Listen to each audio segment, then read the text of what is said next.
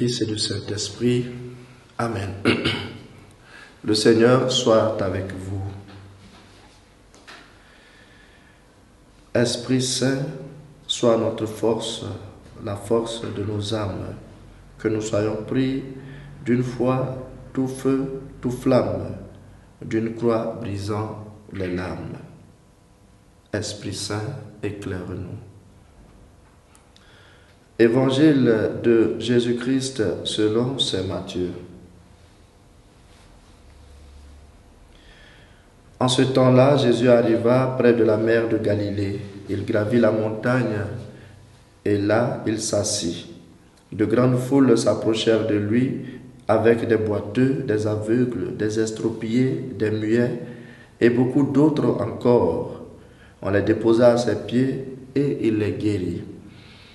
Alors la foule était dans l'admiration en voyant des muets qui parlaient, des estropiés rétablis, des boiteux qui marchaient, des aveugles qui voyaient, et ils rendirent gloire au Dieu d'Israël. Jésus appela ses disciples et leur dit : Je suis saisi de compassion pour cette foule, car depuis 3 jours déjà, ils restent auprès de moi et n'ont rien à manger. Je ne veux pas les renvoyer à jeun, ils pourraient défaillir en chemin. Les disciples lui disent : Où trouverons-nous dans un désert assez de pain pour rassasier une telle foule ? Jésus leur déclara : Jésus leur demanda : Combien de pain avez-vous ? Ils dirent : 7 et quelques petits poissons. Alors il ordonna à la foule de s'asseoir par terre. Il prit les 7 pains et les poissons, rendant grâce, il les rompit et les donnait aux disciples, et les disciples aux foules. Tous mangèrent et furent rassasiés. On ramassa les morceaux qui restaient, cela faisait 7 corbeilles pleines. Acclamons la parole de Dieu.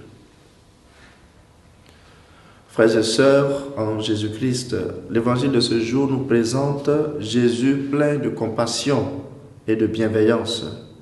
Un pasteur qui ressent ce que vivent ses brebis et leur apporte guérison, nourriture et salut.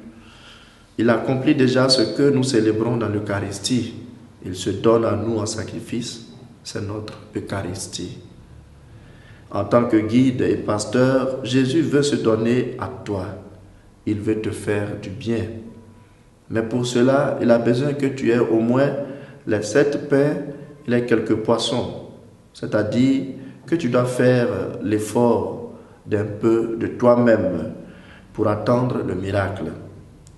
Les lépreux et malades qu'il a guéris se sont rapprochés de lui pour profiter de sa compassion et de sa bienveillance. En ce temps de l'Avent, t'approches-tu du Seigneur? Est-ce que tu fais des efforts pour l'approcher dignement et saintement? Nous sommes en train de nous préparer déjà à le recevoir à Noël. Et ce temps qui nous est donné est un temps d'effort, un temps de développement de tout ce que nous avons comme capacité et qualité. Car l'attente du Seigneur n'est pas passive, mais active. Nous l'attendons en favorisant les conditions pour obtenir la guérison, le salut.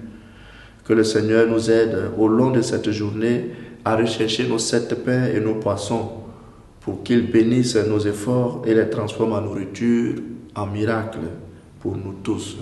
Et que Dieu Tout-Puissant nous bénisse, le Père, le Fils et le Saint-Esprit.